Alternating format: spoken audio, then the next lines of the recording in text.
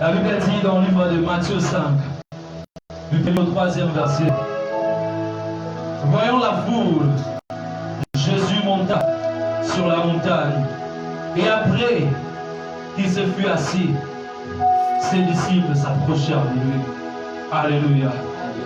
Voyant la foule qui était nombreuse, là, au bas de la montagne, le maître monta sur la montagne. Les disciples, ayant suivi les mouvements qu'a opéré le maître, ils l'ont suivi sur la montagne. Non pas pour rester calme, non pas pour aller se reposer, mais j'aime ce qui suit. Il a dit, puis, ayant ouvert sa bouche, gloire à Dieu, lorsque les disciples se sont approchés du maître sur la montagne, le maître n'est pas resté calme. Lorsque les disciples se sont ils ont eu à comprendre, non, nous devons faire le même mouvement qu'a fait le maître, le suivre sur la montagne. Nous ne devons pas suivre la foule qui est sous la distraction. Nous ne devons pas suivre la foule qui fait les choses selon elle. Mais nous devons suivre le maître. Lorsque les disciples se sont approchés du maître, la Bible dit que le maître n'est pas resté calme. La Bible dit que lorsqu'il les a vus, il a ouvert sa bouche et s'est mis à les enseigner. Alléluia. Oh, et le maître s'est mis à les enseigner. C'est pourquoi ce soir, je veux que nous prions ensemble. Vous qui êtes à la maison et nous qui sommes ici, mais que nous puissions prier ensemble. Que nous puissions nous approcher sur la montagne où se trouve le maître. Que nous puissions nous approcher devant le maître. Lorsqu'on s'approche du maître, le maître on fait toujours quelque chose. Parce qu'il connaît déjà l'eau. C'est pourquoi nous sommes venus auprès de lui. C'est pourquoi pendant ces moments, je veux que nous puissions lever nos voix. Et prions Dieu. Nous approchons par notre prière. Nous approchons par notre soif devant le maître. Est-ce que nous pouvons élever nos voix, battre nos mains? Nous sommes en train de prier. Oh Seigneur, pousse de toi encore, Jésus. Seigneur, nous besoin plus de toi. Est-ce que aujourd'hui tu peux nous dire encore plus de Dieu? Plus de Dieu, plus de la présence de Dieu. Plus de la présence de Dieu. Oh, les disciples étaient dans la foule. Et ils se sont paniques que nous devons laisser la foule. Non, ils se sont approchés de Dieu. Est-ce que quelqu'un peut s'approcher comme une amie de son prière?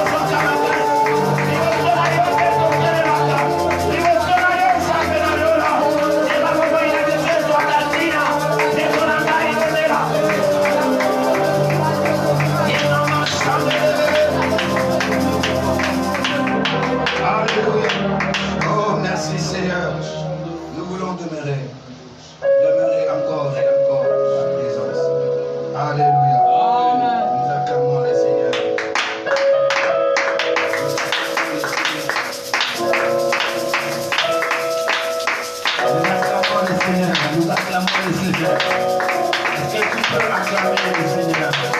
Nous acclamons Jésus, celui qui fait des merveilles sans nombre. Il est Dieu et il est demeure. Nous acclamons le roi des rois, nous acclamons le Seigneur, nous acclamons la Seigneur avec les instruments, avec les cymbales.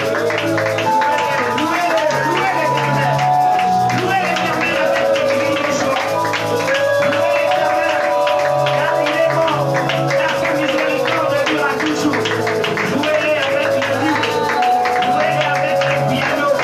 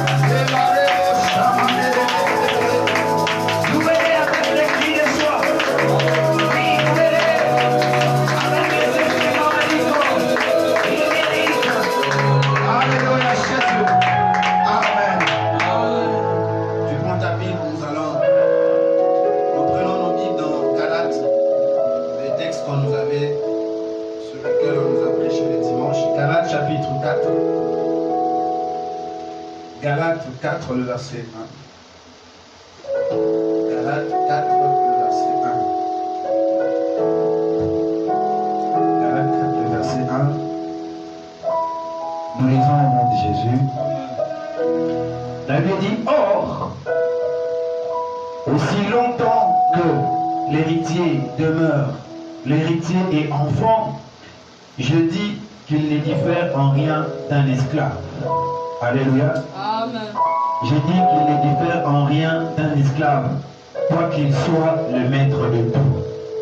Mais il est sous des tuteurs et des administrateurs jusqu'au temps marqué par le Père. Alléluia. Amen. Alléluia. Amen. Le dimanche, on nous a parlé, on nous a dit la raison qui fait en sorte que les enfants de Dieu ne puissent pas aujourd'hui exercer le pouvoir dont ils ont reçu de la part de Dieu. Alléluia. On nous a dit nous recevons le pouvoir en tant qu'enfants, mais nous l'exerçons en tant que fils. Ce sont les fils qui exercent le pouvoir et non les enfants. Alléluia. Amen. Alléluia. Amen. Et les enfants, on nous a fait un parallélisme entre les enfants, un enfant et un fils. Un enfant, on nous a dit qu'il obéit par contrainte. Le fils le fait par amour. Un enfant attend qu'on lui donne des ordres, mais le fils connaît. Le fils a la maîtrise de la volonté du Père. Un enfant peut abandonner à tout moment. Un enfant peut fuir à tout moment, mais le fils termine toujours la course. Alléluia. Amen. Alléluia. Et même lorsque nous lisons l'histoire de Jésus, on dit que lorsqu'il était enfant, l'ange est apparu à Joseph pour lui dire, prends l'enfant et sa mère. Alléluia. Parce que Hérode était en train de menacer. Il y avait une menace, il y avait un combat. Lorsque l'adversité est venue, parce que l'enfant n'était pas fort, parce que l'enfant n'était pas affermi, il pouvait fuir en Égypte. Alléluia. Il pouvait fuir en Égypte. Mais plus tard, lorsque nous lisons dans les évangiles, lorsqu'il a été investi du pouvoir, lorsqu'il est devenu fils, on est venu lui dire, Hérode est en train de te chercher. Hérode est venu te voir. Il a dit, allez dire à Séréna. Alléluia. Quand il était enfant, il a fui. Mais lorsqu'il a reçu le pouvoir, il ne pouvait plus fuir. Alléluia. Oui, il y a des choses qui persistent. Et la tête parce que seulement on n'a pas. Les gens demeurent encore enfants. Et dans le sujet de prière, nous allons prier. Aujourd'hui, ensemble, on nous a dit comment devenir fils. C'est par la grâce du Saint-Esprit. Alléluia. Tu connais ta marche chrétienne. Tu connais ta vie chrétienne. Il y a des domaines où tu demeures encore enfant. Au secours la tête. Voilà pourquoi tu n'arrives pas à dominer. Tu n'arrives pas à impacter. Tu n'arrives pas à imposer ton autorité. J'aimerais que là où tu es, au secours de là, nous allons demander au Saint-Esprit. Dis au Saint-Esprit, aide-moi. Rends-moi capable de devenir fils. Rends-moi capable. Au secours de le sommet à ma boca. Nous prions dans le nom de Jésus. Tu dois devenir un fils. On nous a dit les montagnes obéissent au fils. Les montagnes obéissent au fils. Il y a des choses que tu ne peux pas faire. Il y a des choses, des dimensions que tu ne peux pas accéder. Lorsque tu ne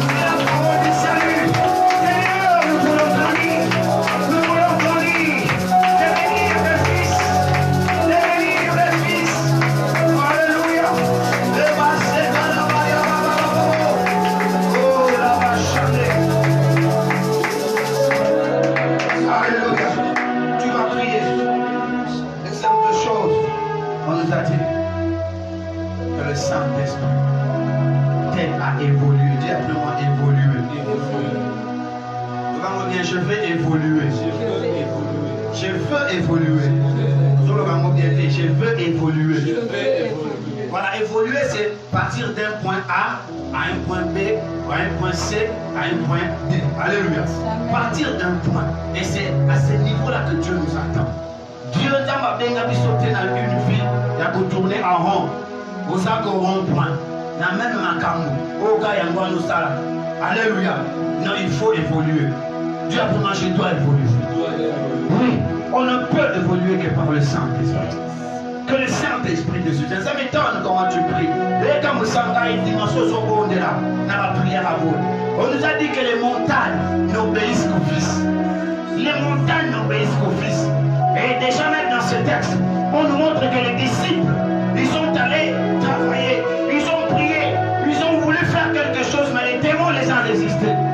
Mais lorsque le père de l'enfant a amené le malade devant Jésus, Jésus a prié.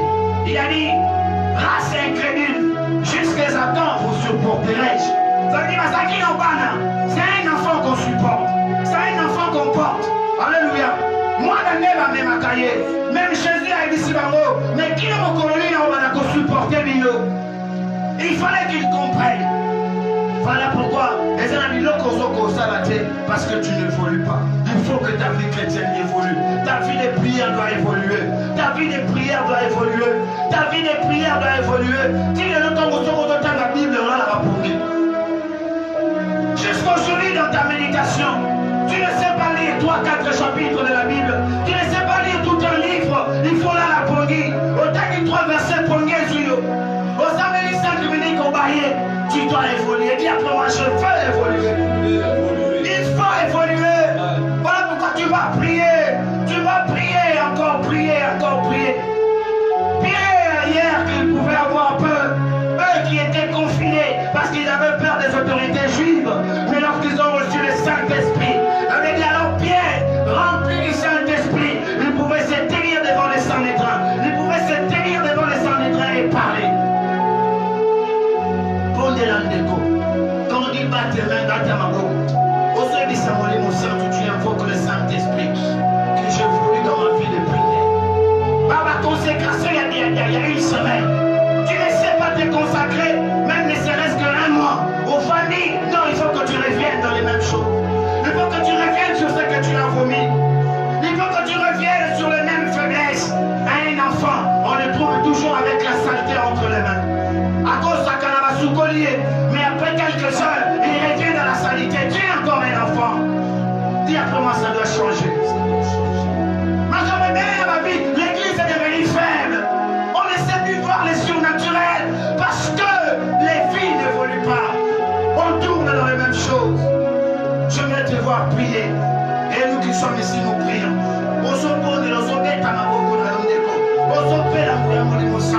Tu évolues dans ces domaines, dans la consécration, dans la vie de prière et dans la méditation. Montons prière.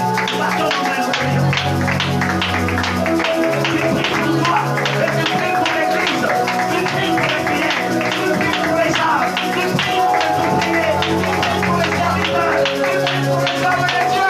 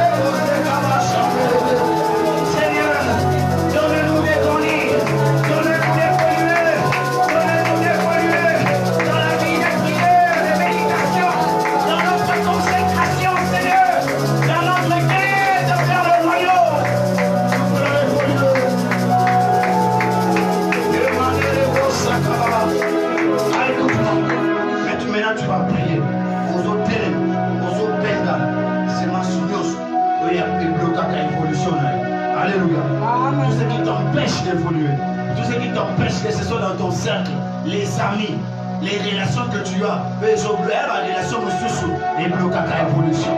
Il y en a toujours quand on bloqué l'évolution. Il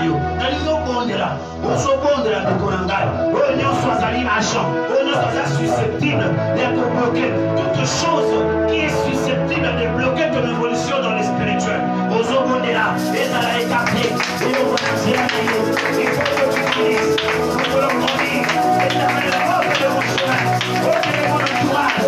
Tout l'esprit. Toutes les choses, Seigneur.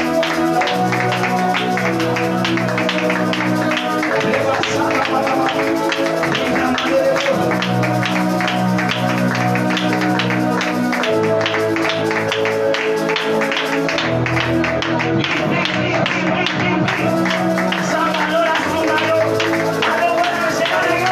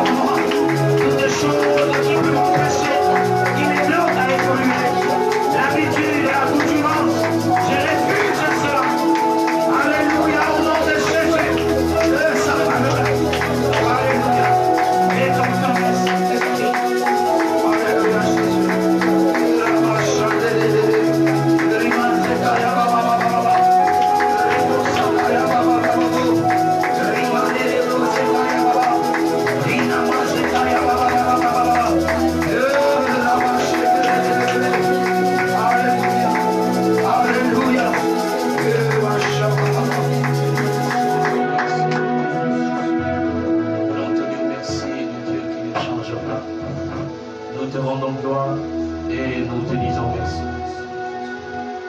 La Bible dit que tu es celui qui a dit dans sa parole, j'agirai et qui s'y opposera. Lorsque tu commences à agir, personne ne peut s'opposer. Nous sommes en pleine confiance en ta personne que tu as commencé à travailler et à opérer dans nos vies. Et nous le croyons fortement que tu vas un projet de bonheur pour chacun de nous. Nous te disons merci. Nous te rendons grâce. Et c'est là dans le nom et puissant, glorieux de Jésus-Christ, nous avons ainsi prié. Amen. Amen. Nous allons sans plus tarder rapidement lire 2 versets. Nous allons noter plutôt 2 versets, mais nous lirons un seul verset. Nous sommes en train de parler de... Nous sommes en 3 jours de prière, d'édification et de jeûne où nous sommes en train de dire à Dieu, je veux grandir pour déplacer les montagnes. Notre thème c'est deviens fils et déplace les montagnes. C'est ce que nous allons voir évidemment pendant tous ces 3 jours. Mais là, nous allons noter 2 versets, Matthieu chapitre 17 verset 20 et Galates chapitre 4 verset 1 à 7. Matthieu chapitre 17 verset 20, nous avons déjà lu ce verset pendant plus de 3 fois, 4 dimanches. Là aujourd'hui, nous allons rapidement aller dans Galates 4 verset 1 à 7. Je veux lire avec la version français courant, que quelqu'un mène avec Louis II rapidement.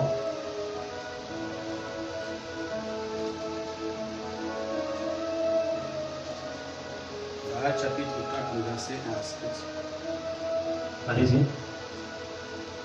Or, aussi longtemps que l'héritier est enfant,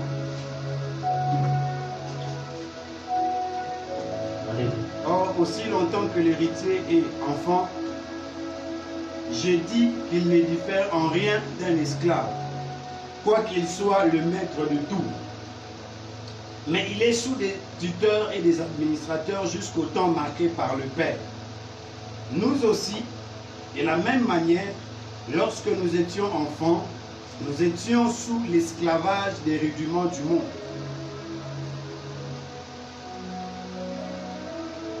Nous aussi, de la même manière, lorsque nous étions enfants, nous étions sous l'esclavage des rudiments du monde. Mais lorsque les temps ont été accomplis, Dieu a envoyé son Fils, né d'une femme, né sous la loi, afin qu'il racheta ceux qui étaient sous la loi, afin que nous ressuscions l'adoption. Amen. Amen. Oui, allez-y. Et parce que vous êtes fils, Dieu a envoyé dans nos cœurs l'esprit de son Fils, lequel crie Abba, Père. Amen. Amen. Voilà. Je lis avec ma version. En d'autres mots, voici ce que je veux dire. Aussi longtemps qu'un héritier est mineur, sa situation ne diffère pas de celle d'un esclave. Bien que théoriquement tout lui appartient, en fait, il est soumis à des personnes qui prennent soin de lui et s'occupent de ses affaires, jusqu'au moment fixé par son Père. Nous de même, nous étions précédemment, comme des enfants, nous étions esclaves des forces spirituelles du monde. Mais quand le moment fixé est arrivé, Dieu a envoyé son Fils, il est né d'une femme, il a été soumis à la loi juive, afin de délivrer ceux qui étaient soumis à la loi, et nous permettre de devenir enfants de Dieu. Pour prouver que vous êtes bien ses enfants, Dieu a envoyé dans nos cœurs l'esprit de son Fils, l'esprit qui crie « Abba, ô mon Père ». Ainsi tu n'es ni esclave, mais enfant. Et puisque tu es son enfant, Dieu te donnera l'héritage qu'il a réservé à ses enfants. Amen. Dieu te donnera l'héritage qu'il a réservé à ses enfants. Le drame de l'Église aujourd'hui, c'est la croissance. Le vrai drame de l'Église aujourd'hui, c'est la croissance. Si l'Église n'est pas forte, si l'Église ne devient pas grande, si l'Église ne s'impose pas, c'est parce qu'il y a un vice de croissance. Et le vice de croissance n'est pas quantitatif, mais il est plus qualitatif. Vous allez remarquer ici, lorsqu'on parle de fils ou de l'enfant, on ne parle pas nécessairement de ses capacités musculaires ou de ses capacités à exercer quoi que ce soit. On parle de sa capacité à pouvoir gérer l'héritage. Donc en d'autres termes ici, être fils, c'est celui qui est capable de gérer l'héritage du père directement. Quand on parle d'un enfant, on nous montre la figure ou le caractéristique d'un enfant, c'est qu'un enfant est incapable de pouvoir gérer l'héritage. Voilà pourquoi la version français courant parle des mineurs. Mineurs. Aussi longtemps que quelqu'un, un héritier, est un mineur. Et dans la loi, notamment dans notre loi ou dans plusieurs constitutions, lorsqu'on parle de minorité en âge, on parle de la maturité. Et en faisant des analyses psychologiques, unanimement, les hommes sont arrivés à dire dans certains pays que déjà à l'âge de 18 ans, on peut voir quelques traces d'une grande partie de la maturité. Chose qui n'est pas totalement vraie aujourd'hui. Avec le temps, nous constatons que la maturité atteint son paroxysme peut-être plus tard. Je ne donne pas les années. Et en fait, le grand problème ou le drame de l'Église, c'est en fait ce processus-là de croissance. La Bible dit lorsque quelqu'un est enfant, il est normalement appelé à grandir et à progresser. Et ce qui fait de faux, c'est que la croissance est très souvent musculaire, mais pas une croissance qualitative, cognitive ou une croissance de maturité. Quand on parle de la maturité, on voit la capacité à quelqu'un de devenir un homme, une femme, un responsable. Voilà. De moins en moins, nous trouvons à l'Église de chrétiens responsables. Nous trouvons plutôt de chrétiens sous une responsabilité. Pourtant, le but de la vie chrétienne est de rendre les enfants de Dieu responsables face à leur destinée, face à la destinée des autres, face aux réalités qui atteignent les autres. La responsabilité d'un enfant de Dieu, c'est celui d'être une sentinelle, de veiller, c'est celui d'être une lumière pour les autres, c'est celui d'être le sel pour les autres, de donner de la saveur. Plusieurs responsabilités sont attendues dans le chef d'un enfant qui doit grandir pour devenir majeur, qu'on appelle fils. Et Dieu, qui est un grand pédagogue et un homme, un parent patient, il patiente lorsque nous sommes encore enfants. Mais il continue à nous donner les rudiments, les choses importantes qui nous permettent de devenir majeurs et matures. Voilà pourquoi, lorsqu'il envoie son apôtre, l'apôtre Paul qui parle aux Galates, il leur explique les désavantages d'être un enfant. Notre texte, je le reprends, c'est deviens fils et déplace les montagnes. Déjà, dans ma version, il est dit ceci. En d'autres mots, voici ce que je veux dire. Aussi longtemps qu'un héritier est mineur, sa situation ne diffère pas de celle d'un esclave. On parle de la situation, des réalités. Un enfant, lorsqu'il est encore enfant, les réalités qu'il vit sont des réalités qui ne diffèrent pas d'un esclave. Des réalités qui ne diffèrent pas d'un esclave. Et pourtant, la Bible dit, le Fils vous affranchira et vous serez réellement libre. Dieu a pour intention, Dieu a pour projet de prendre des enfants et de faire des enfants des fils. Car Dieu travaille avec le Fils. Dieu fonctionne dans son ministère sur la terre avec des fils et non pas avec les enfants. Voilà pourquoi même il a permis, lorsque Jésus-Christ était encore un enfant, il a permis que l'enfant soit épargné, qu'il soit protégé, gardé, mais par des hommes, protégé par des hommes, jusqu'à ce qu'il atteigne l'âge de la maturité. À l'âge de la maturité, la Bible dit, il envoya une puissance. Un homme, un personnage qui a la puissance et qui dégage la puissance du Saint-Esprit, qui est descendu sur Jésus-Christ sous forme de la colombe. Et lorsque la colombe est descendue dans la vie de Jésus-Christ, cela lui a rendu assez capable pour réaliser le ministère qu'il avait. Je ferai ouvrir une parenthèse. Le ministère n'est pas une affaire des enfants, c'est une affaire des fils. La vie chrétienne n'est pas une affaire des enfants, c'est une affaire des fils. Aucun enfant ne peut vivre la vie chrétienne. Ceux qui vivent la vie chrétienne, ce sont ceux qui se métamorphosent en fils. Ils sont enfants de Dieu, première étape de la conversion. Mais ils travaillent leur personnalité, ils travaillent leur connaissance, ils travaillent tout ce qu'ils ont pour que demain après demain, qu'ils deviennent des fils. L'apôtre Paul dit, un enfant, sa situation n'est pas différente d'un esclave. C'est qui un esclave? C'est quelqu'un qui n'a pas de volonté, mais c'est aussi quelqu'un qui ne bénéficie de rien. Lorsque vous êtes en esclavage, vos biens ne vous appartiennent pas. Vos biens appartiennent à votre maître. Tout ce que vous allez faire, tout ce que vous allez produire ne vous appartiendra pas. Appartiendra à celui qui domine sur vous. Voilà pourquoi, quand on parle de la situation d'un enfant, on peut trouver plein d'obstacles dans la vie d'un enfant.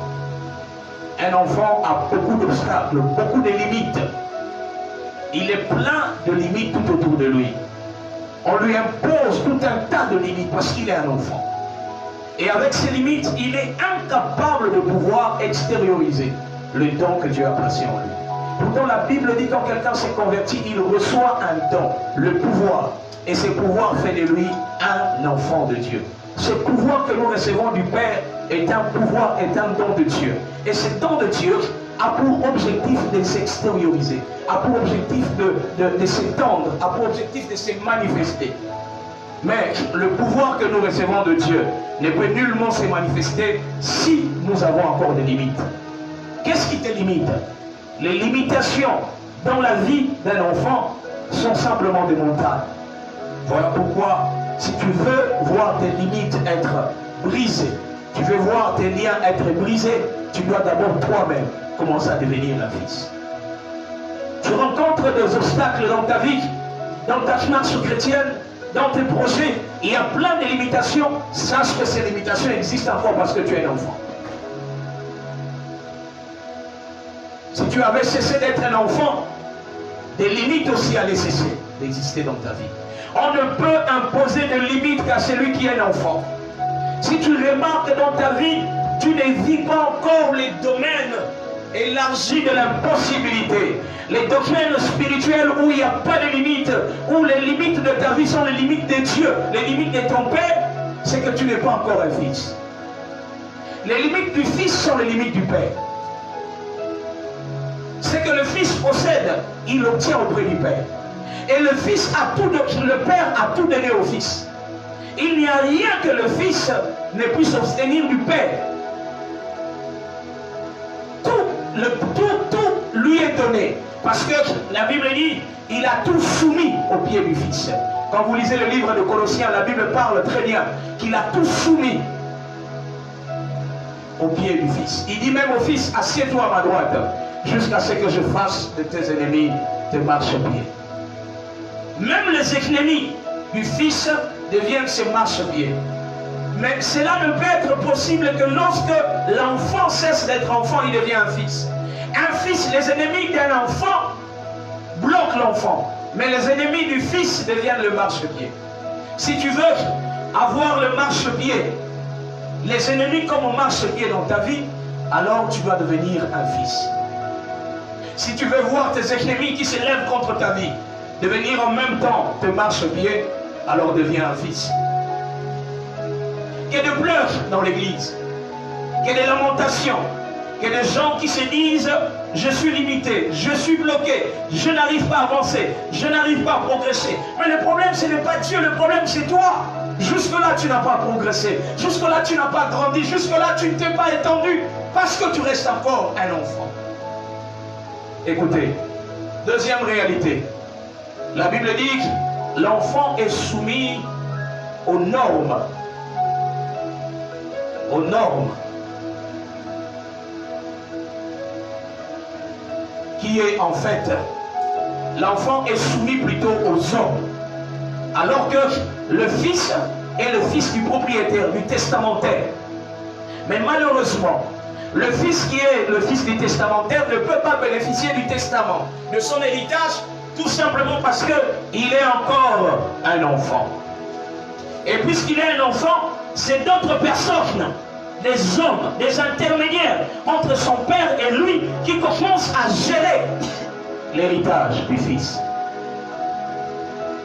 Frères, sœurs, lorsque tu remarques dans ta vie que ce que tu veux avoir sont encore entre les mains d'une autre personne, sache que c'est toi qui n'as pas grandi. Tu as besoin d'un mariage, tu as besoin d'un travail, mais tu vois les autres obtenir le travail et que toi tu n'as pas du travail, c'est que c'est toi qui n'as pas grandi. Si tu avais grandi, la Bible dit le fils ne peut rien refuser à son père. Le père ne peut rien refuser à son fils. Le père ne refuse rien à son fils. S'il y a des choses qui sont encore limitées dans ta vie, s'il y a des héritages que tu ne peux pas obtenir dans ta vie, le problème, ce n'est pas Dieu. En lisant ces versets, c'est très clair. On dit aussi longtemps que le fils de l'héritier est encore mineur, sa situation ne diffère en rien. Bien que théoriquement, tout lui appartient. Bien que théoriquement, tout lui appartient. En d'autres termes, Dieu a déjà tout donné. Sur le plan légal, il a tout légué. Sur le plan légal, il a tout donné au fils. Mais le fils n'est pas encore fils, il est enfant. Mais avant même que le fils ne devienne enfant, le père a déjà fini le contrat. Il a tout légué, il a tout déposé. Et il attend que le fils grandisse. Il dit voilà, j'ai tout accompli à la croix de Golgotha. J'ai tout fait. Je dépose là le package. Il est là. Mais ne peut ouvrir ses cadeaux que le jour de ton anniversaire. Le jour où tu auras 18 ans. Le jour où tu seras majeur. C'est seulement le jour où tu seras majeur que tu auras le droit de venir déballer le cadeau. Aussi longtemps que tu n'es pas majeur, si tu as besoin de ce qui est à toi, qui est dans ces paquets, qui est ton cadeau, c'est le majeur qui est près de toi qui ira l'ouvrir. Or, lorsque les enfants ont été placés sur la terre, il y a eu un fils qui était rusé, qui a vu qu'il n'avait plus d'héritage. On lui a ravi tout l'héritage. Et il s'est dit de pouvoir lui aussi à son tour ravir par la ruse l'héritage des enfants. Adam et Ève n'étaient pas encore des fils. Ils étaient encore des enfants. Et qui n'avaient pas encore grandi. Voilà pourquoi leur entendement était encore attaché vers le diable. Leurs oreilles étaient encore attachées vers le diable, pas complètement attachées à Dieu. Parce qu'un fils écoute son père. Un fils connaît la voix de son père et obéit à la voix de son père. Seulement un enfant qui peut obéir même à la voix de son ami. Adam et Ève n'étaient pas encore des fils. Et voilà, c'est à ce moment-là que le fils, un fils de Dieu, un fils déchu, est venu ravir l'héritage. Et depuis lors, l'héritage du fils qui a été déposé sur la terre est maintenant géré par qui? Par le diable. Voilà pourquoi la Bible dit que le monde entier est sous la puissance de l'ennemi. Et voilà pourquoi, si vous voulez récupérer les biens qui vous appartiennent, l'héritage qui vous a été légué, quel est cet héritage? Quand vous lisez le livre de Genèse chapitre 2, le verset 26 à 28, créons l'homme à notre image afin qu'il domine sur les oiseaux, sur les reptiles et sur les poissons de la mer. La dimension de la domination a été léguée au fils. Mais aussi longtemps que le fils Adam et Ève qui n'avaient pas encore grandi, il leur était impossible de dominer. Un fils déchu a ravi ses pouvoirs et a commencé à dominer à la place d'Adam et Ève. Il fallait qu'un autre fils vienne. Pas un fils déchu, mais un fils aimé du Père.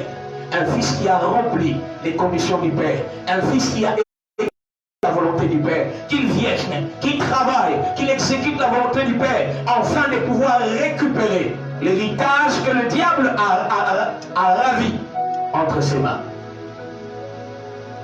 Et le fils aimé du Père est venu. Il a opéré, il a travaillé. Il a terminé sa mission et à la croix il a dit tout est accompli. Tout est accompli. Il a terminé la mission. Il a tout récupéré. La Bible dit il est même descendu à la tombe. Il a récupéré la clé du royaume. La clé des portes de séjour des morts. Il a récupéré. Il est ressuscité.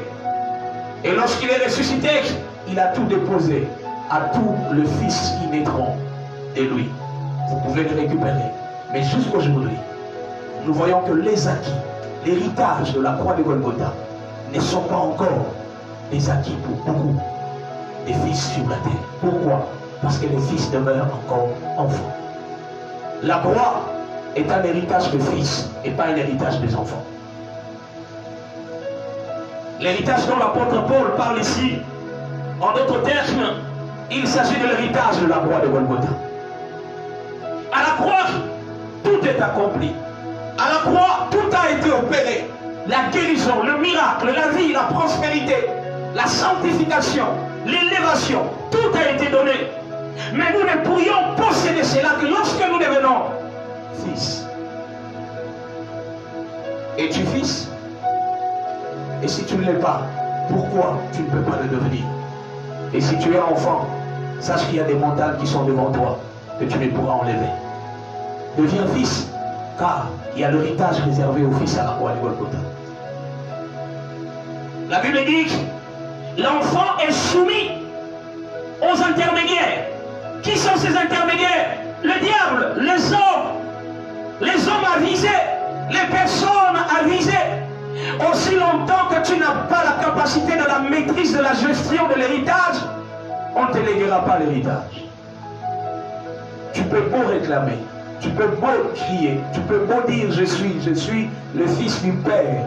Mais si tu n'as pas encore la maturité, tu n'es pas encore mature, tu n'auras pas l'héritage. Déjà, dans notre pays, nous entendons de part et d'autre des hommes qui se réclament la paternité à gauche et à droite. Et d'autres même qui se réveillent en état parce qu'ils disent à ces temps, ils étaient encore mineurs. Voilà une des raisons. Quand on est mineur, on n'a pas droit. Mais quand on devient majeur, on a le droit. Y a-t-il un fils autour de moi qui peut dire j'ai le droit? Y a-t-il un fils qui peut crier du fond de son cœur j'ai droit à ces choses? Y a-t-il un fils qui peut dire du fond de son esprit je mérite, j'ai droit à ces choses? Je droit à ces choses. Et je ne sais pas quelles sont ces choses dont tu réclames, mais toi-même tu le sais. Mais si tu peux encore les dire du fond de ton cœur, je mérite ces choses et j'ai droit à ces choses. Je mérite ces choses et j'ai droit à ces choses. La Bible ajoute encore en disant, le verset 3 de Galates chapitre 4. Dans ma version, il est dit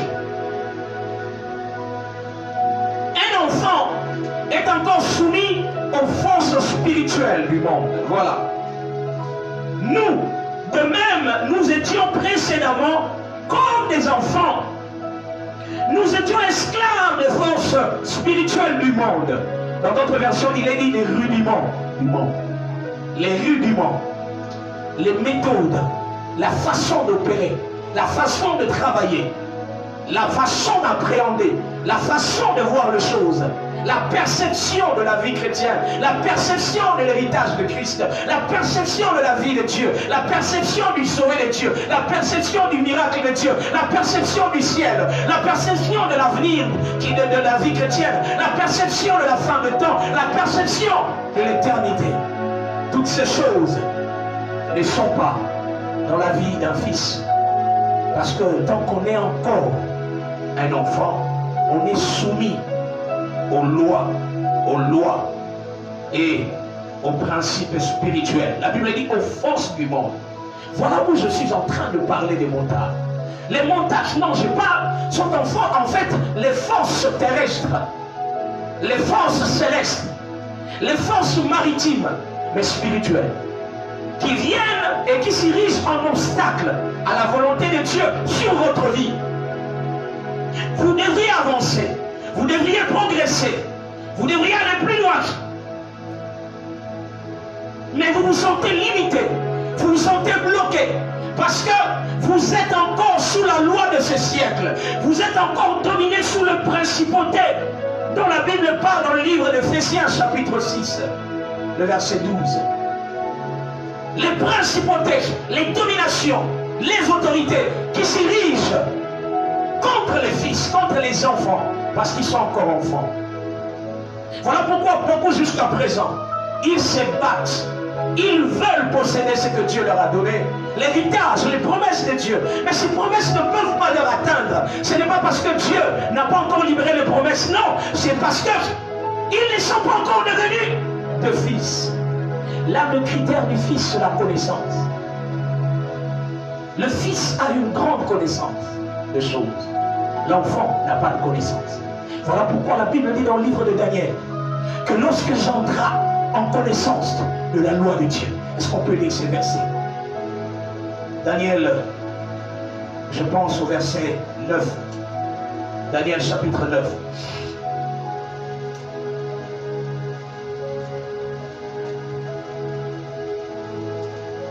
Le verset 1. À partir du verset 1. Darius, fils d'Exercès, d'origine mède, devient roi de Babylonien. Pendant la première année où il est roi, moi, Daniel, je consulte les livres saints. Alors je comprends l'essence des paroles que le Seigneur a dites au prophète Jérémie. Elle traite des 70 années pendant laquelle la ville de Jérusalem restera détruite.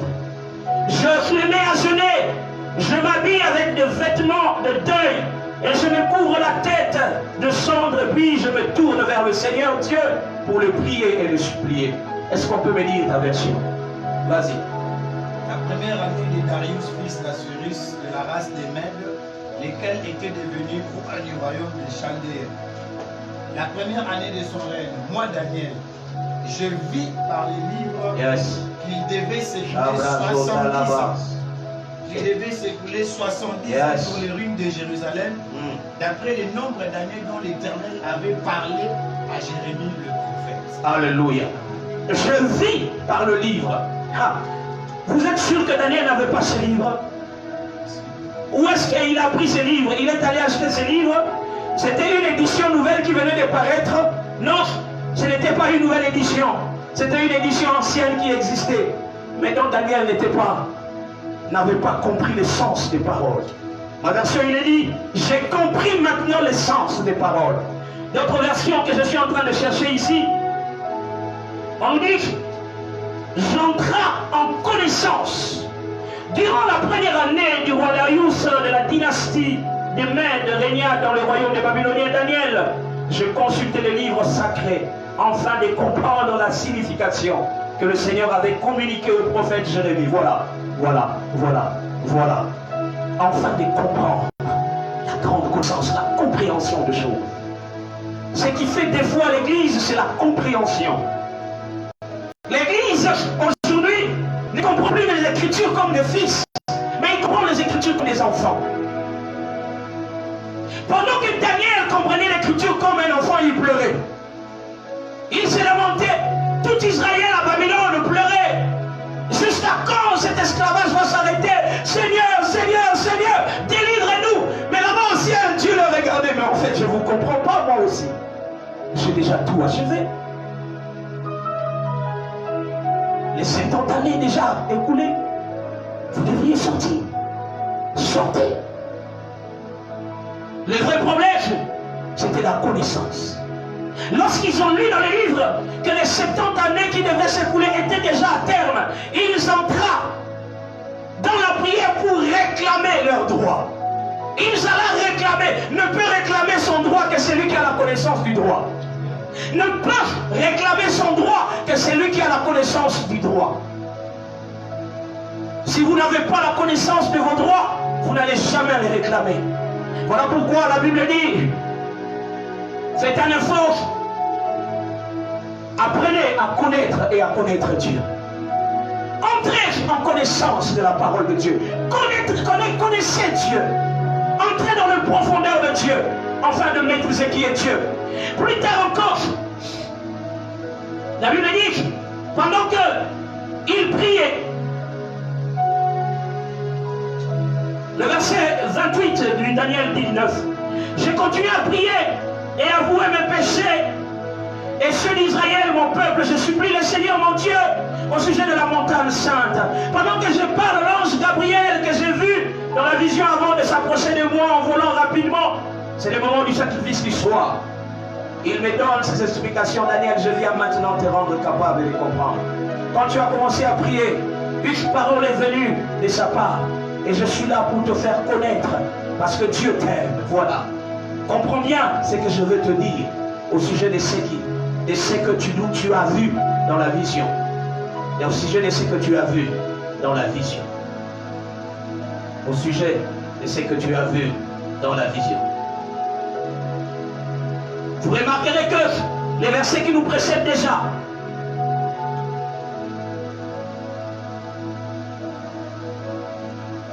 les versets qui nous précèdent nous parlent de la vie d'un homme, Dieu,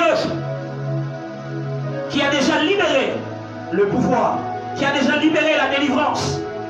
Mais vous remarquerez que cela a été bloqué. Est-ce qu'on peut me trouver ce verset qui parle qu'il a été bloqué pendant 21 jours? Vous connaissez l'histoire.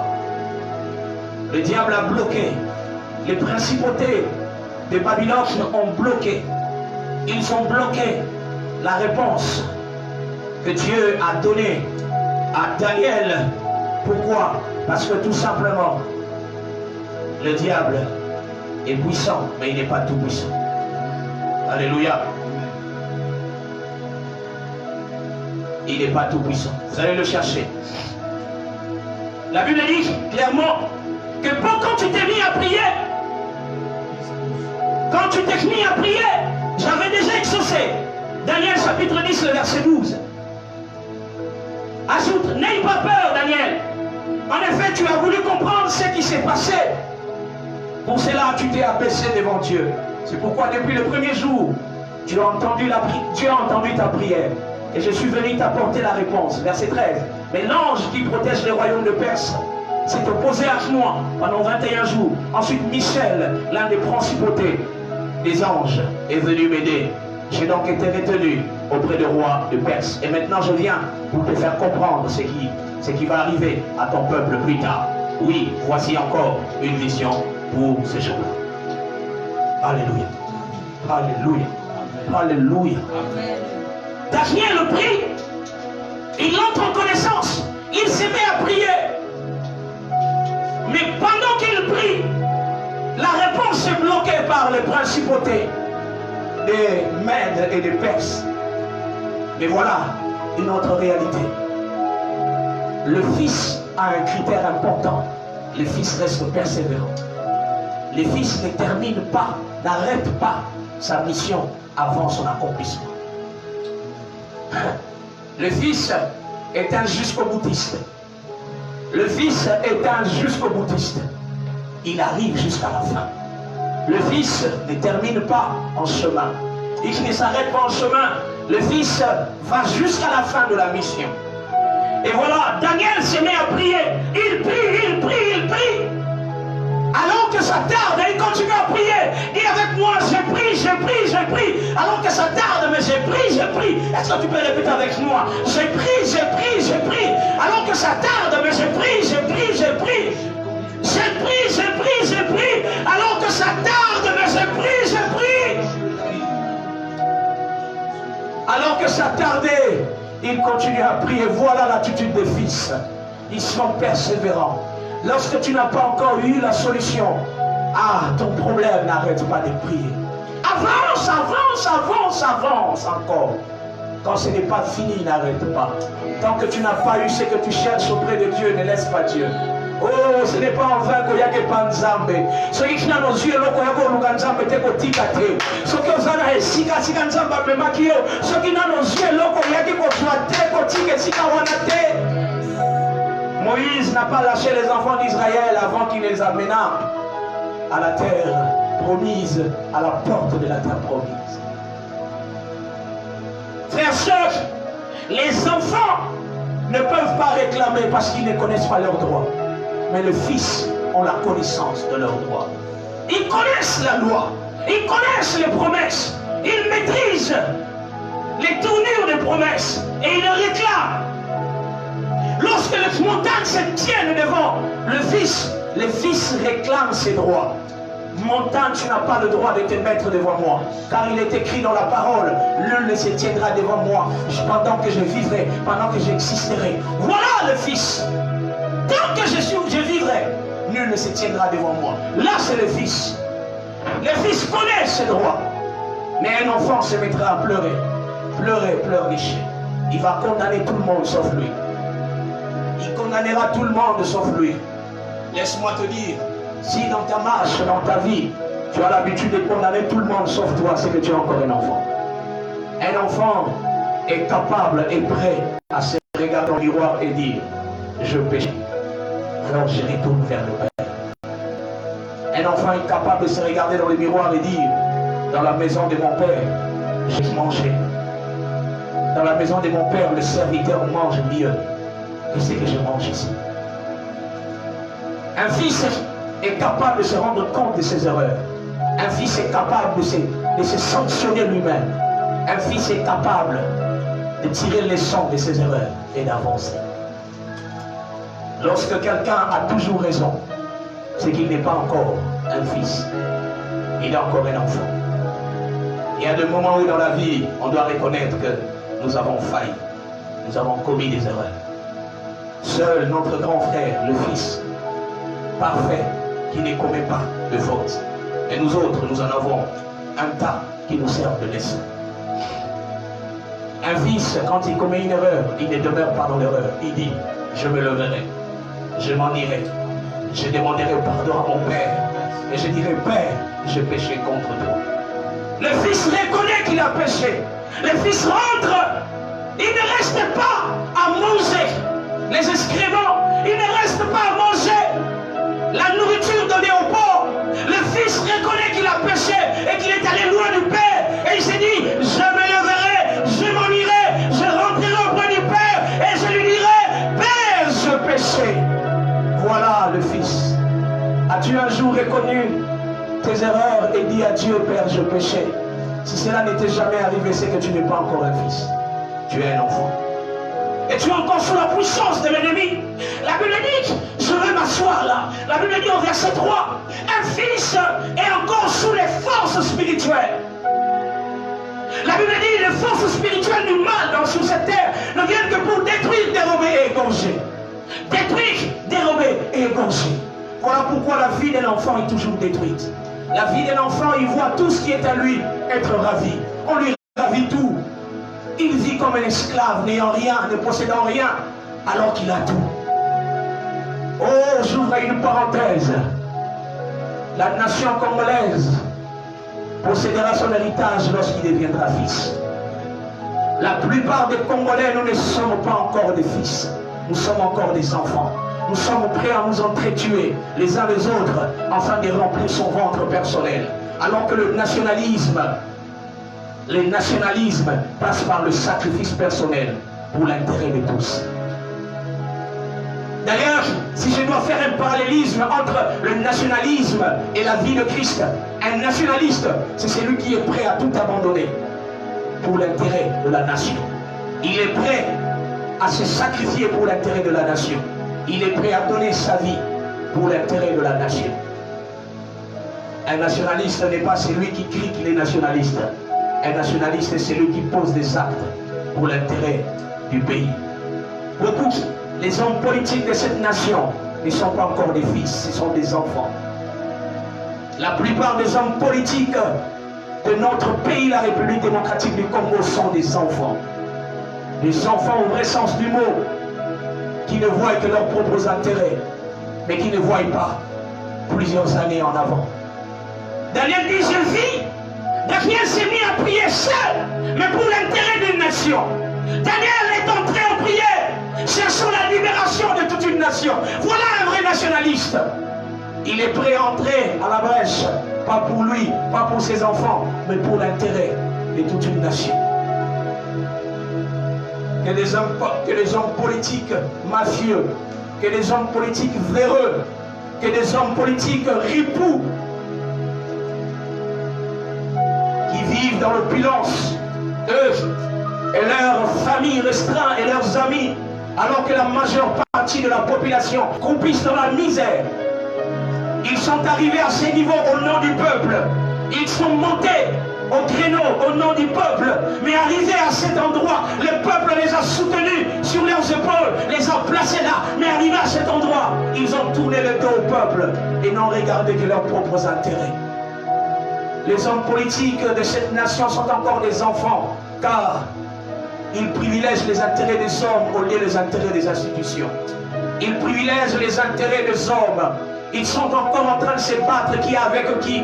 Alors que les vrais nationalistes sont ceux qui regardent l'intérêt national, l'avenir de toute une nation. Et je prophétise sur cette nation, trop c'est trop. Le jour vient où les nationalistes se lèveront dans cette nation. Des nationalistes qui sont en même temps sacrificateurs et rois. J'appelle cet esprit dans ces pays. Je déclenche une vague de nationalistes chrétiens. Une vague de nationalistes chrétiens qui se lèvent et qui travailleront pour l'intérêt de la nation congolaise. Car si Christ ne revient pas, cette nation doit se lever. Cette nation doit grandir. Quels obstacles, quels montagnes sur cette nation, que les enfants qui croupissent dans la misère. Des fois je suis énervé quand je me regarde et je me pose la question, dans quel pays je laisserai mes enfants? Dans quel pays je léguerai à mes enfants? Dans quelle nation je laisserai mes enfants grandir? La terre de leurs ancêtres a été spoliée, la terre de leurs ancêtres a été détruite par des hommes qui se sont proclamés être des nationalistes, mais qu'alors ils ne sont que des ripoux qui détruit cette nation. Je lève ma main pour déclarer que trop c'est trop pour cette nation. Je suis en train de déclencher un vent de nationalistes, des nationalistes craignant Dieu, des hommes qui travailleront pour cette nation, mais qui craignent Dieu, qui se lèveront, qui travailleront pour la nation congolaise, mais ils craigneront Dieu. Je déclenche cette vague des hommes qui sont prêts à travailler pour la libération de cette nation. Et en même temps, je suis en train d'envoyer un feu. En même temps, j'envoie un vent perturbateur à tous les ennemis de ce pays. Un vent perturbateur à tous ces politiciens véreux, à tous ces politiciens véreux, à tous ces hommes politiques véreux qui détruisent la nation congolaise, qui spolient la nation congolaise. Où iront nos fils? Où vivra nos enfants demain?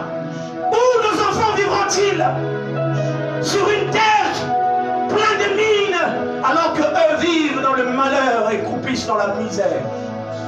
Église de Dieu, vous avez le pouvoir de parler, vous avez le pouvoir de déclarer, vous avez le pouvoir de crier, vous avez le pouvoir d'influencer. Produisez des enfants nationalistes dans vos églises. Produisez des enfants nationalistes, craignant Dieu, mais qui travailleront pour la nation. Que la Bible dit, si les justes s'accroît, le peuple est dans la joie.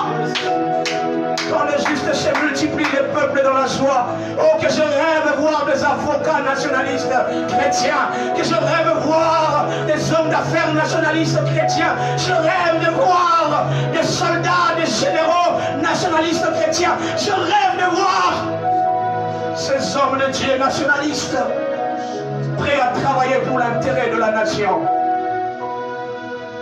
Où sera notre terre dans 10 ans, 15 ans? Quelle terre allons-nous léguer à nos enfants?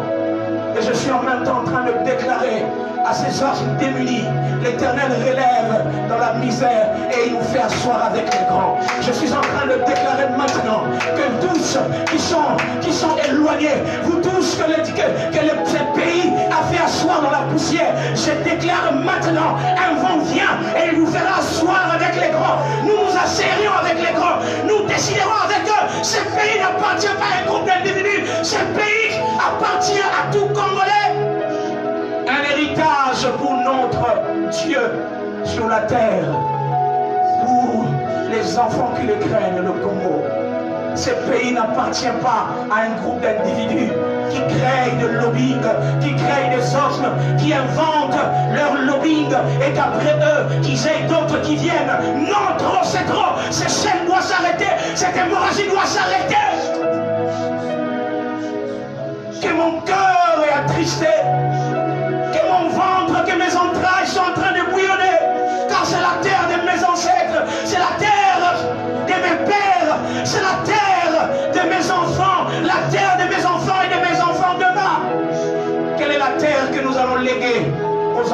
cela, vous aussi, enfants, soyez sérieux. Ayez la connaissance, étudiez, craignez Dieu, soyez des nationalistes chrétiens. Et c'est là dans le nom de Jésus. Je lève ma main pour déclarer de la même façon que Pharaon a été englouti. Ces lobbyistes qui s'élèvent contre cette nation seront engloutis.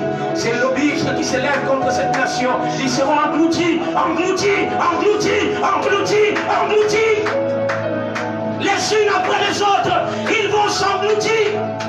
Car ce pays doit se relever, ce pays doit démarrer, ce pays doit avancer. Je déclare maintenant toute montagne qui s'élève contre ce pays pour bloquer l'avancée, la progression de ce pays. Ces montagnes est libérée, ces montagnes se déplacent, ces montagnes est enlevée au nom puissant de Jésus. Je déclenche cela dans le nom puissant de Jésus. Oui, mes enfants se tiendront avec les grands dans ce pays. Mes fils spirituels assiéront avec les grands dans ce pays. Mes enfants biologiques dirigeront ce pays. Mes enfants biologiques s'assiéront avec les grands dans ce pays. Mes enfants spirituels s'assiéront avec les grands dans ce pays. Car je rêve, même dans ma tombe, je serai en paix lorsque ce pays sera entre des nationalistes chrétiens. Des hommes qui savent aimer ce pays de tout leur cœur. Shabraka Sandaraba Shayaba Ibrosota Libasha Teke Ebrasayaba Imanderebo Sobra Seterebe Mama Ignamanderebosa Shanderebo Calabroso Torobo Ribasatarababa.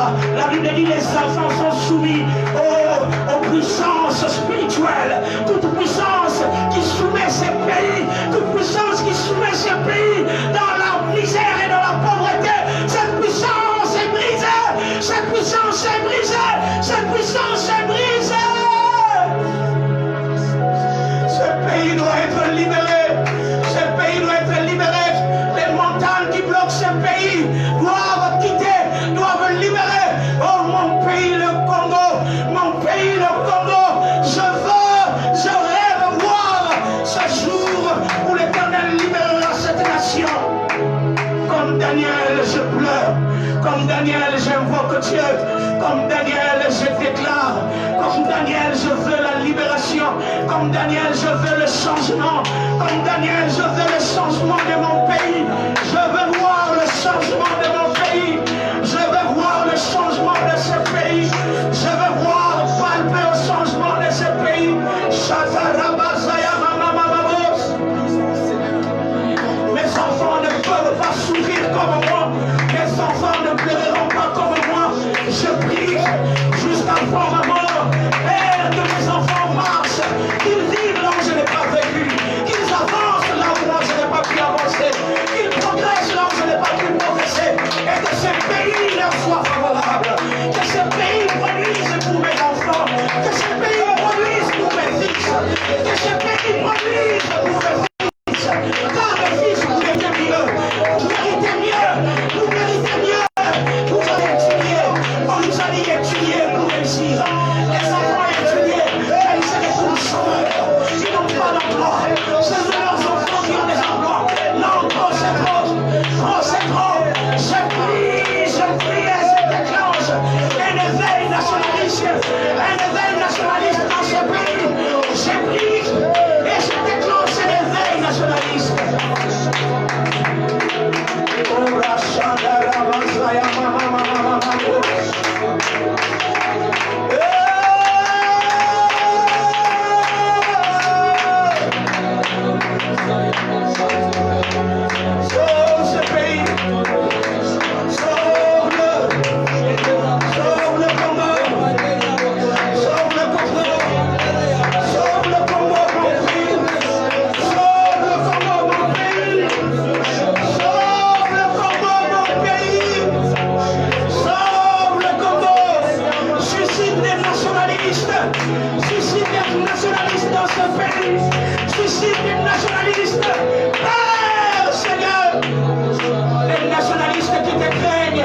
Qui travailleront réellement pour la progression de ce pays.